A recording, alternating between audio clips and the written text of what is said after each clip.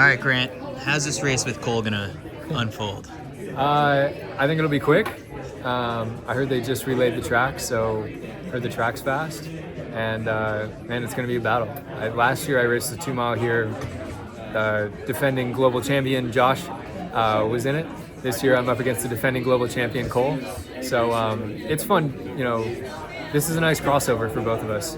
Cole is a fantastic 1500 runner, obviously, but he's a really strong 5K runner as well. So he's going to be a hard guy to run away from. I think it's going to be tight, and the rest of the field is also very competitive. So it's going to be a battle, I think, in the 3K and in the mile. So it's going to be fun.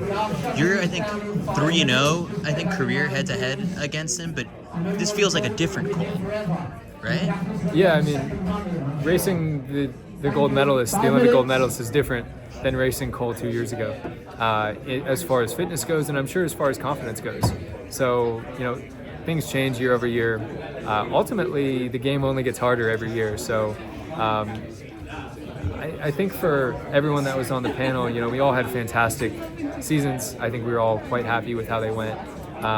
But the sport moves on quickly, and it's 2025 now, so I think a lot of eyes are on each one of us to perform and be at our best every single meet, and I hope we are.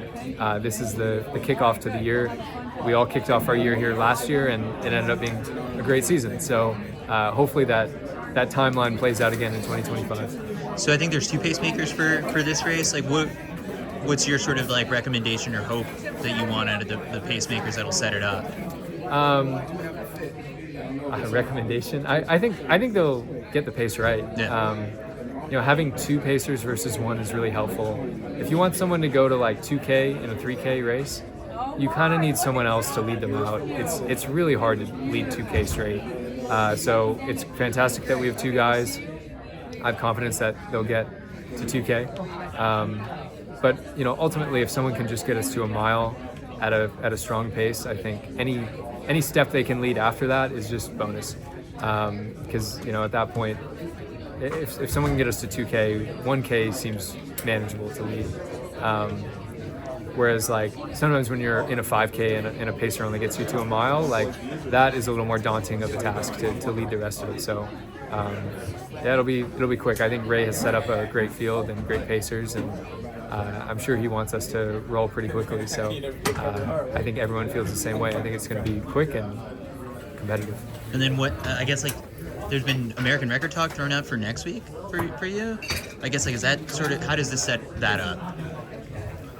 Yeah, so I raced last week in a 1500. Yeah. Just getting the legs going again, seeing where the speed is, and getting ready for 3 races in 12 days.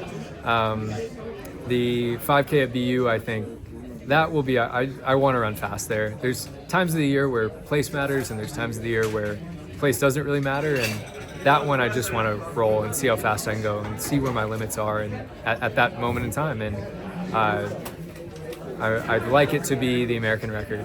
Last year I was really close to it, but didn't quite grab it. And I think I'm in good shape this year, and I think I can challenge it. So, you never know what you're gonna get, but BU is BU. It's a trampoline, so hopefully I can get kind of buoyed to a fast time there. I don't think the American record is that far off the world record, right? It's not too far off. Yeah. But when you get down to that point, 1 second is a lot. It might not sound like it, but a second is a lot. So, yeah, we'll see. Really depends on. I have confidence that I can get pretty far into the race on pace for the American record. What'll determine it is how I can close.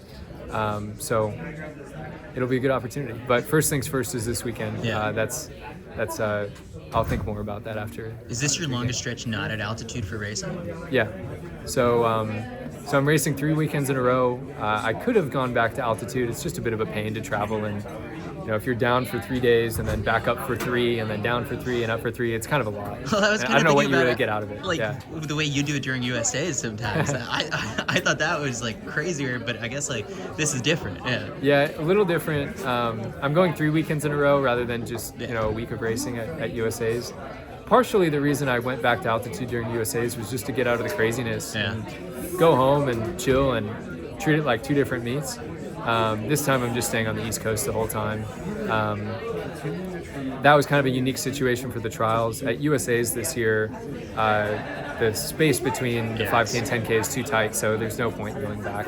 I might maybe get an Airbnb outside of Eugene for a few days just to be out of like the atmosphere and again try to treat it like two different meets, but yeah, it's too much to go back to altitude. And then you don't need the standard for the 10K, right? So the 10 is out, right? Yeah, I'm not doing the 10K in California, mostly because I don't need the standard, and then also because I have Grand Slam coming up, and my season, the Worlds outdoor are my main target. I need to do USA's really well in order to make Worlds, and then Grand Slam. Those are my three main things. So that makes for a pretty long year. So I kind of have to schedule in a little bit of downtime, and that'll happen in March. So if I don't, knowing myself, like if I don't schedule out downtime, my body will force me to take downtime at some point, and that's not what you want. So take March kind of down, and then be ready for all the Grand Slams, be ready for USA's, be ready for Worlds. And unfortunately, you have to sacrifice some things like the 10K, like indoor USA's, like indoor Worlds. Those things, you just can't do it all. Yeah. Well, first up is Saturday. Good luck on Saturday. Yeah, thanks, man.